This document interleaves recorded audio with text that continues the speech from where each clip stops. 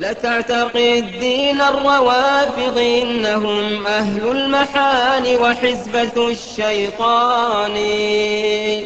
جعلوا الشهور على قياس حسابهم، ولربما كملا لنا شهران، ولربما نقص الذي هو عندهم واف وأوفى صاحب النقصان. إن الروافض شر من وطئ الحصى من كل إنس ناطق أو جان. مدحوا النبي وخونوا أصحابه ورموهم بالظلم والعدوان. حبوا قرابته وسبوا صحبه، جدلان عند الله منتقضان. فكأنما آل النبي وصحبه روح يضم جميعها جسدان. فئتان عقدهما شريعة أحمد بأبي وأمي، ذلك الفئتان فئتان سالكتان في سبل الهدى، وهما بدين الله قائمتان. قل إن خير الأنبياء محمد، وأجل من يمشي على الكثبان. وأجل صحب الرسل صحب محمد، وكذاك أفضل صحبه العمران. رجلان قد خلقا لنصر محمد، بدمي ونفسي ذلك الرجلان. فهما اللذان تظاهرا لنبينا في نصره، وهما له صهران. بنتاهما أسنى نساء نبينا، وهما له بالوحي صاحبتان. أبواهما أسنى صحابة أحمد، يا حبذا الأبوان والبنتان. وهما وزيراه اللذان هما لفضائل الأعمال مستبقان. وهما لأحمد ناظراه وسمعه، وبقربه في القبر مضطجعان. كانا على الإسلام أشفق أهله، وهما لدين محمد جبلان. أصفاهما أقواهما أخشاهما، أتقاهما في السر والإعلان. أسناهما أزكاهما أعلاهما، أوفاهما في الوزن والرجحان. صديق أحمد صاحب الغار، الذي هو في المغارة والنبي اثنان.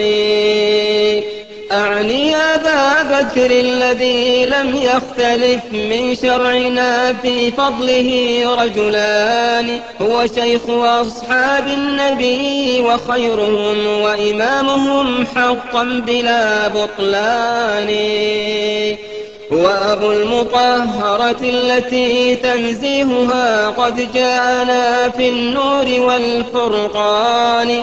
أكرم بعائشة الرضا من حرة بكر مطهرة الإزار حصان. هي زوج خير الأنبياء وبكره، وعروسه من جملة النسوان. هي عرسه هي أنسه هي ألفه، هي حبه صدقا بلا أدهان. أوليس والدها يصافي بعلها، وهما بروح الله مؤتلفان. لما قضى صديق أحمد نحبه، دفع الخلافة للإمام الثاني. أعني به الفاروق فرق عنوة بالسيف بين الكفر والإيمان. هو أظهر الإسلام بعد خفائه، ومحى الظلام وباح بالكتمان. ومضى وخلى الأمر شورى بينهم في الأمر، فاجتمعوا على عثمان. من كان يسهر ليلة في ركعة وترا، فيكمل ختمة القرآن. ولي الخلافة تصير أحمد بعده، أعني علي العالم الرباني، زوج البتول أخا الرسول وركنه، ليث الحروب منازل الأقران. سبحان من جعل الخلافة رتبة وبنى الإمامة أيما بنيان، واستخلف الأصحاب كي لا يدعي من بعد أحمد في النبوة ثاني. أكرم بفاطمة البتول وبعلها وبمن هما لمحمد سبطان، غصنان أصلهما بروضة أحمد، لله در الأصل والغصنان. أكرم بطلحة والزبير وسعدهم وسعيدهم وبعابد الرحمن، وأبي عبيدة ذي الديانة والتقى، وامدح جماعة بيعة الرضوان. قل خير قول في الصحابة أحمد، وامدح جميع الآل والنسوان، دع ما جرى بين الصحابة في الوغى بسيوفهم يوم التقى الجمعان. فقتيلهم منهم وقاتلهم لهم، وكلاهما في الحشر مرحومان، والله يوم الحشر ينزع كل ما تحوي صدورهم من الأضغان. والويل للركب الذين سعوا إلى عثمان فاجتمعوا على العصيان، ويل لمن قتل الحسين فإنه قد باء من مولاه بالخسران. لسنا نكفر مسلما بكبيرة، فالله ذو عفو وذو غفران، لا تقبلن من التواريخ كل ما جمع الرواة وخط كل بنان.